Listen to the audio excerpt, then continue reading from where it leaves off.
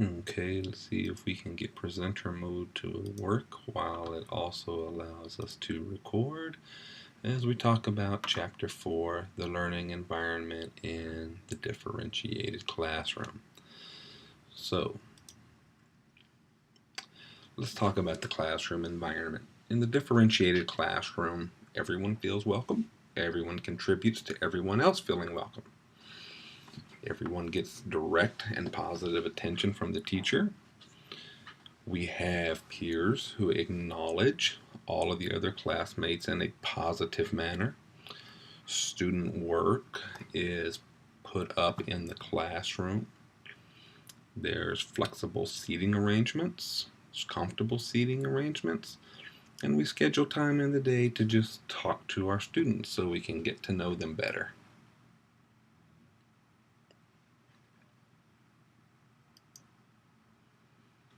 Alright, we're going to watch this video real quick and... Okay. How about this? You know how you're always trying to learn about sarcasm? No. No? I was being sarcastic. Oh, good for you. So all you have to do here is say you're sorry to Leonard, but say it sarcastically.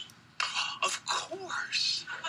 He will hear it as an attempt to mend fences, as opposed to the withering condemnation you and I will know it to be. Yeah, that was my plan. All right, come on, let's go. By the way, thank you for the delicious cocoa. Oh, you're welcome. Well, I'm getting good at this. Okay, now that you're back on the team, let's get you caught up. Before you begin, let me say again how deeply sorry I am for my earlier behavior and how much I respect and admire your leadership. Thank you. Okay, so in your classroom, humor is okay. There's absolutely nothing wrong with humor, but sarcasm is not acceptable, ever. Now that has to be an environment that is cultivated by you. You're the teacher and you're going to be the catalyst for this. If you use sarcasm in your classroom, your students will feel that it's okay to be sarcastic towards one another. Unfortunately, some people just don't get it. They don't have the emotional maturity and feelings will be hurt. So it's best to just eliminate it. No sarcasm.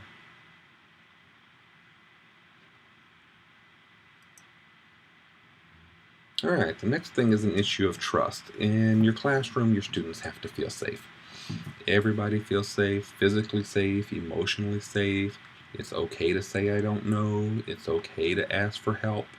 No one is made fun of. Okay, taking risks is seen as an expectation. It's accepted behavior. It's okay. In a word, everyone is accepted for who they are.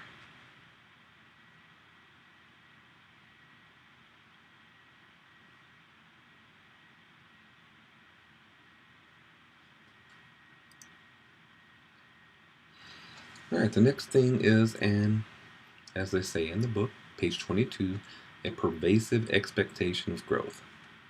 Okay, you have to have that.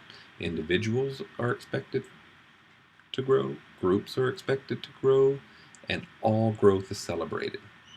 Students chart their growth, they set and discuss their goals with you, they discuss ways that they're going to meet their goals and show their learning. And just remember that when we're talking about individual growth, each student is their own control. There's no comparing one student to another student. Everyone grows at their own pace, to their own abilities, and we don't make it a competition.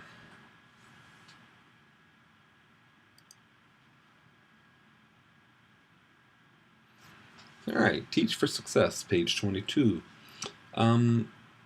We have to scaffold our curriculum and standards to each individual student. So scaffolding is giving students whatever help they need for them to move from where they already are, their current knowledge and skills, to the next level of knowledge and skills. And again, the key term here is the individual.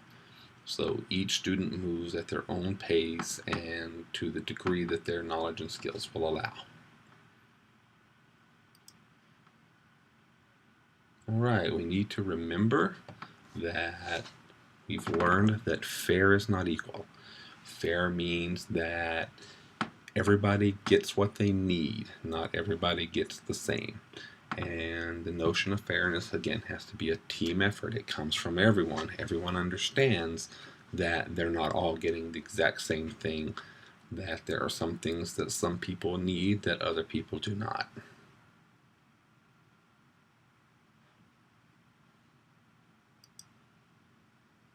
All right, collaboration.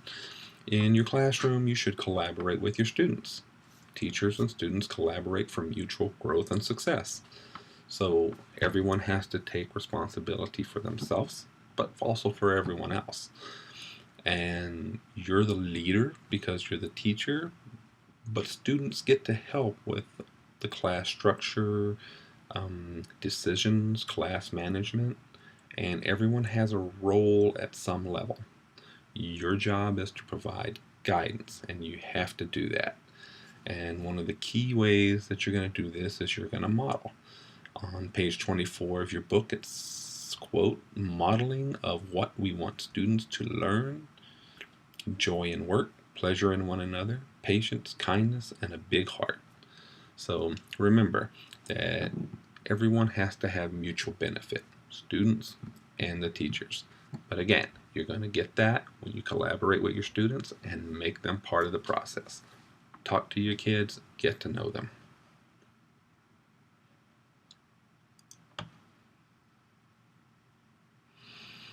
All right, so let's talk about grouping for a minute. Grouping is a big part of differentiated instruction. You will have to have small groups in your classroom. Now, what you have to do as a teacher is you have to learn to tell the difference between an effective group and a dysfunctional group. So you as a teacher are going to create tasks and directions to help students learn your expectations while they're in their groups. So students can give input as to what they think is effective and the best ways to create groups, but in the end, it's your decision. Some of the rules for groups, one thing to keep in mind as the key is that each member must contribute.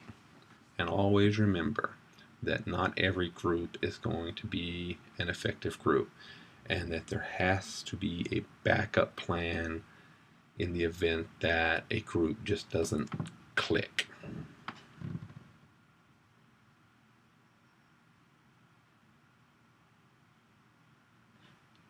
So when you make your plans and you have your flexible grouping in mind, that's where you're going to begin. So remember to employ a variety of grouping techniques. You don't want the same groups every time. You certainly don't want to do all your grouping based on readiness or student abilities. You can group according to various factors, interests, learning profiles, and readiness. You can have pre-made groups, and you can group students by shapes, by colors, by stars. You can always have a home group where you start out in the group. And sometimes it's okay to let students self-select their groups, but there are other times when you're going to want to select the groups. But remember, so flexible grouping is a central part of respect for all your learners.